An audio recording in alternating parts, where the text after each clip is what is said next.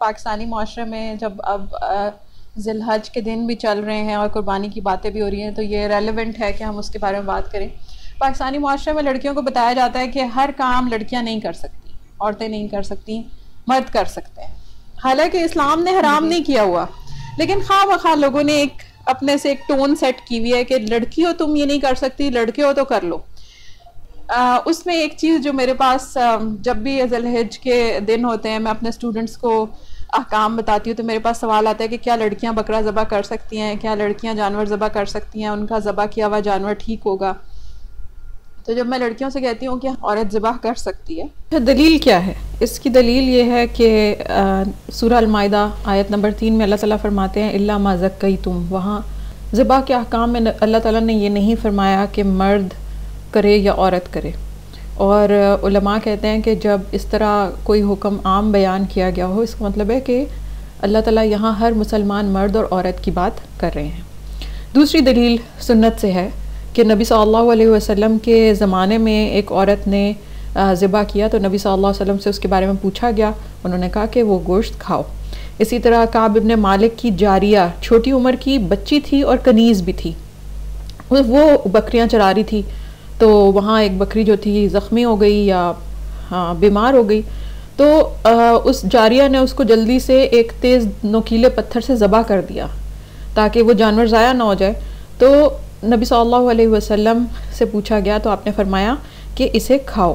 اب امام البخاری رحمہ اللہ نے جب یہ احادیث ذکر کی ہیں تو اس باب کا نام ہی یہ رکھا ہے، انہوں نے کہا باب ذبیحۃ المرأۃ والامہ، یعنی عورت اور کنیز کے ذبح کیے ہوئے جانور کا کیا حکم ہے.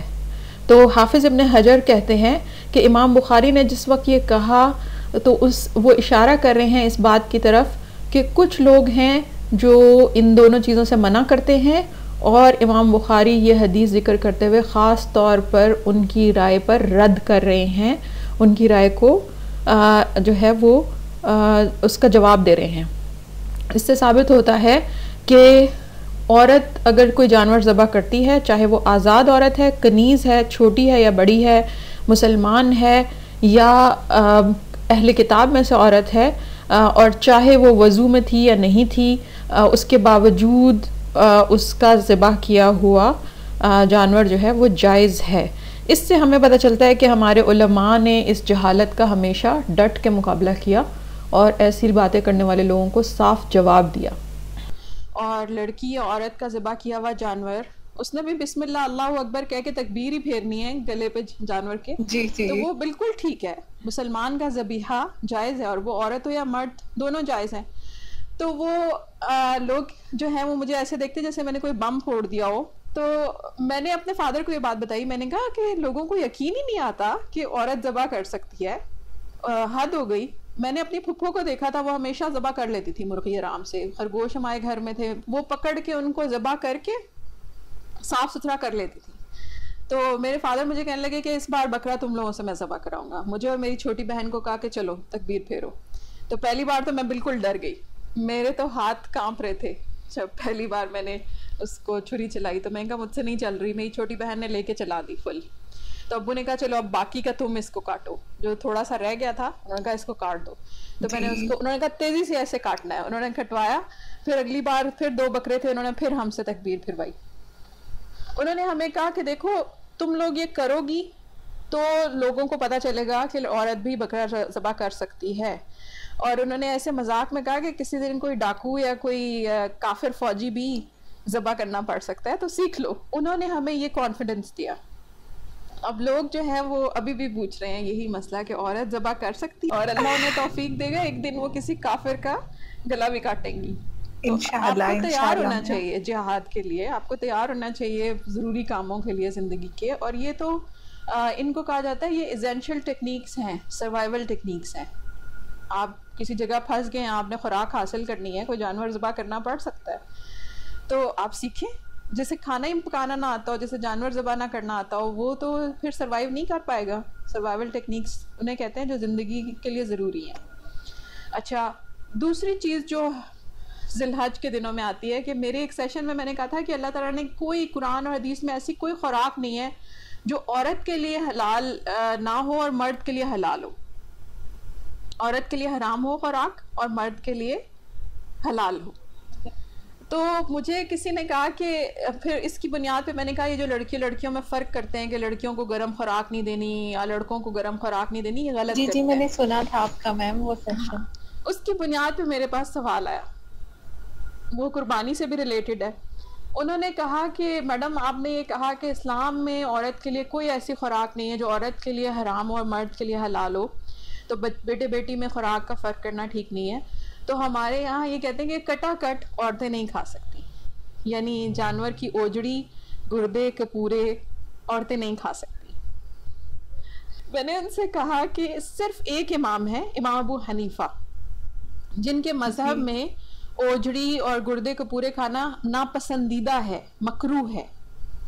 لیکن انہوں نے یہ نہیں کہا کہ عورتیں نہ کھائیں اور مرد کھا لیں. تو امام صاحب نے تو اسے سب مسلمانوں کے لیے کہا کہ یہ ناپسندیدہ ہے، آپ اوجری اور یہ گردے وغیرہ کیوں کھا رہے ہیں جب آپ کے پاس اچھا گوشت موجود ہے، تو کوئی چیز جانوروں کے لیے بھی چھوڑ دیں.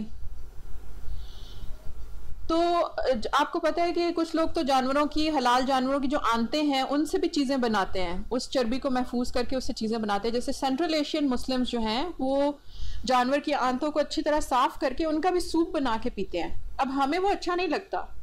تو باقی جو فقہاء ہیں وہ کہتے ہیں کہ سارا کچھ جائز ہے کھانا پینا حلال جانور کا. یہ لوگ کہتے ہیں کہ امام ابو حنیفہ نے کہا کہ ناپسندیدہ ہے یہ چیزیں کھانا، اب آپ کے پاس اچھا گوشت ہے آپ وہ کھائیں.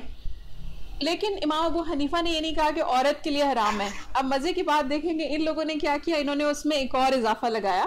انہوں نے ناپسندیدہ کہا، انہوں نے اضافہ لگایا، انہوں نے کہا عورتیں گردے کپورے نہیں کھا سکتی. اب مزے کی بات ہے کہ امام ابو حنیفہ کی جو ماننے والے ہیں ان کی کثرت ہے پاکستان میں، لیکن اوجری سر عام بکتی ہے، کٹا کٹ سر عام بکتی اور کھائی جاتی ہے. پابندی کس پہ؟ عورت پہ. سمجھ آ گیا؟ بس وہی ہے.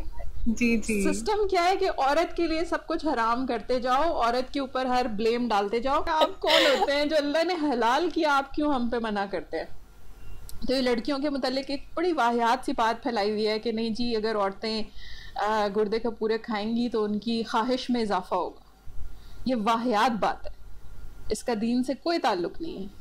یہ والی باتیں کر کے کہا جاتا ہے کہ لڑکیوں کو انڈے بھی نہ دیں وہ بالغ ہو جائیں گی، لڑکیوں کو گوشت نہ کھلائیں وہ بالغ ہو جائیں گی. یہ ہے اسپریچول ابیوز، دین کا استعمال کر کے عورت کو ڈیفرنٹ چیزوں سے روکنا. لیکن اس کو یہاں ذکر کرنے کا مقصد یہ ہے کہ ہمیں پتہ ہو کہ ہمارے معاشرے میں دین کے نام پر کتنی واہیات باتیں کی جاتی ہیں، اور ان کو روکنا بھی تو ہمارا کام ہے نا. بالکل میم. میں آپ کو ایک اور بات بتاؤں. جی بتائیے. ہم راجپوت ہیں تو ہمیں لوگ کہتے ہیں کہ راجپوت جو ہوتے ہیں ان کے لیے پھیپھڑے پتہ نہیں یہ چیزیں حرام ہوتی ہیں، وہ کھائیں تو پتہ نہیں ان کو کیا کہتے ہیں، ان کو شراب بھی لگا ہوا ہے تو ان کی طبیعت خراب ہو جاتی ہے. تو ہمارے کچھ رشتہ دار اس وجہ سے بھی نہیں کھاتے. پھیپھڑے کھانے سے کیا ہو جاتا ہے؟